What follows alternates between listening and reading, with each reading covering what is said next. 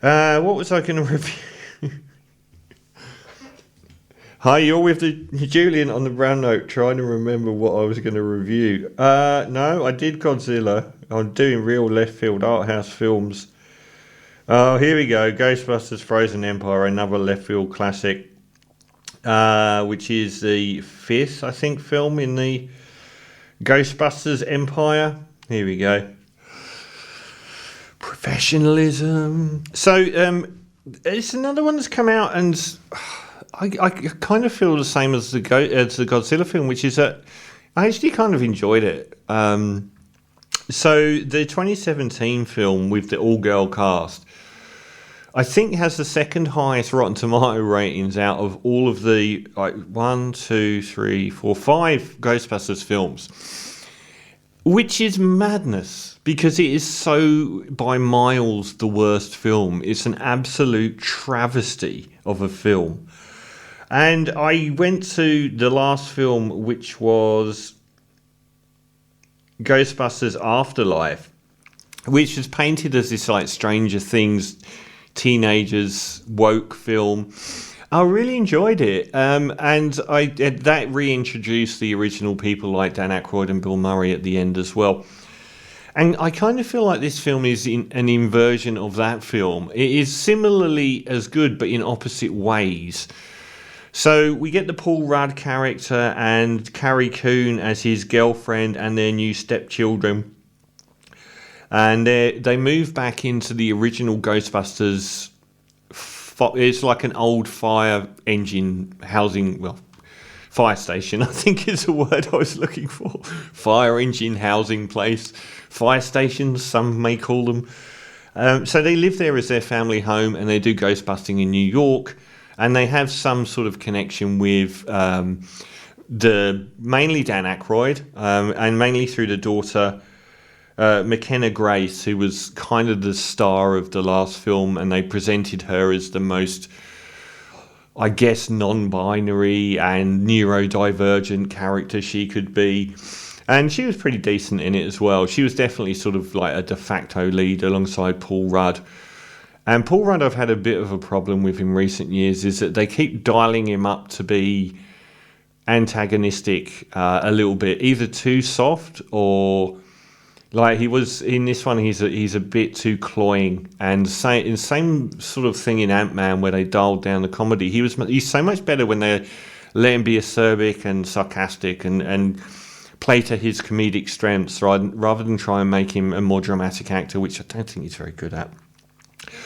But they get the original mayor of the city or whoever was against the Ghostbusters back on board for this film, which is quite cool. And he wants to shut down the Ghostbusters and basically says the young girl, McKenna Grace, can't be a Ghostbuster because she's too young. She then goes out and causes chaos, and the local authorities decide to shut them all down. While this is going on, there's this supernatural entity that's rising in New York, and basically the Ghostbusters have to come back and fix it all. And the is it Kumail Nanjiani?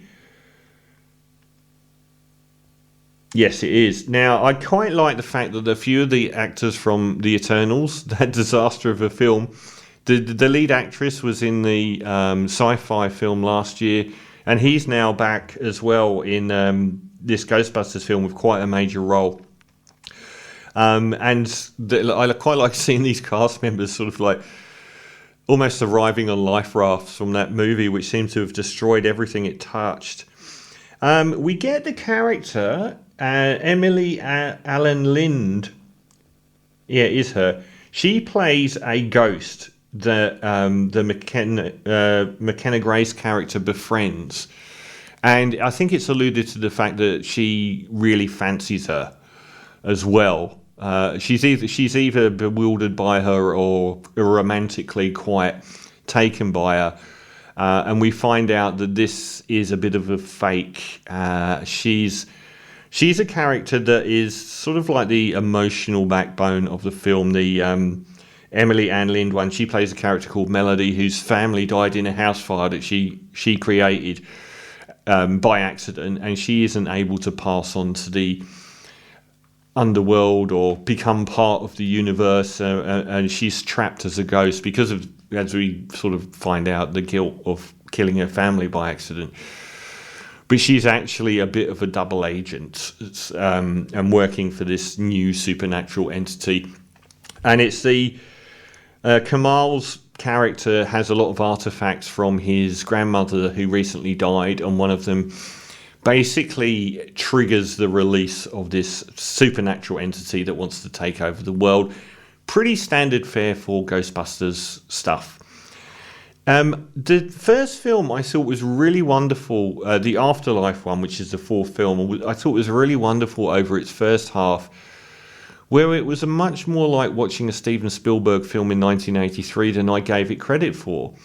Perhaps because Stranger Things, the TV series, may well have referenced that kind of tonality and visual style itself, but it did a really good job of conjuring that sort of low-key magical vibe in small-town America visually.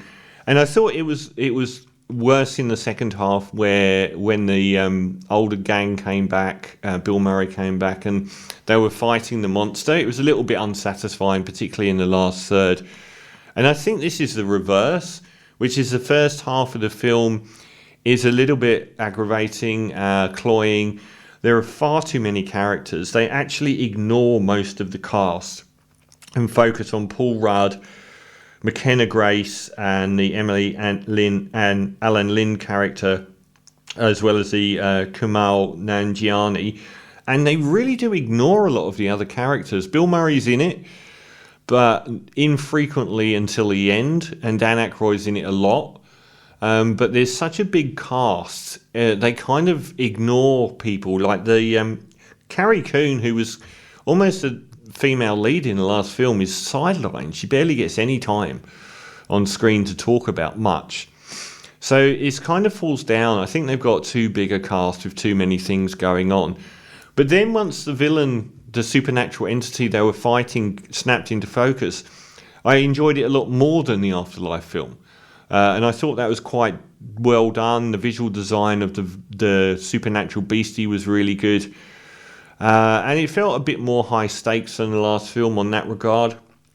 I thought the people were okay. Paul Rudd sort of, once he snaps out being so smarmy and soft, is a lot better. It's always a win when you get Bill Murray on screen, and they don't get him on screen enough, whereas Dan Aykroyd plays a little bit too soft. He's kind of like the genteel, kind old granddad at the store where the kid goes to hang out sort of vibe.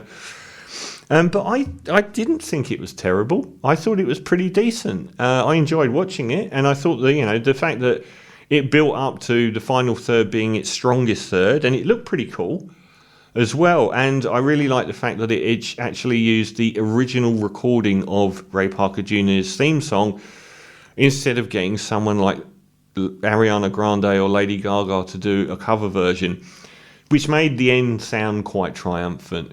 I complained bitterly about Top Gun Maverick having all that amazing original music in, and instead of maintaining that consistent aesthetic, ended with the Lady Gaga song instead of Take My Breath Away. And I was just like, oh my God, why did you have to kill the vibe at this moment?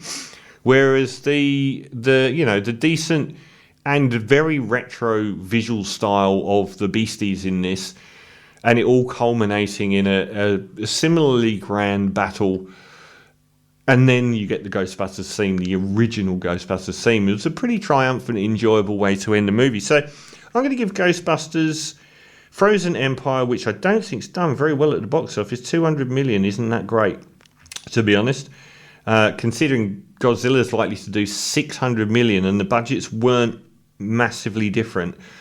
Whether we'll get another one, we probably will.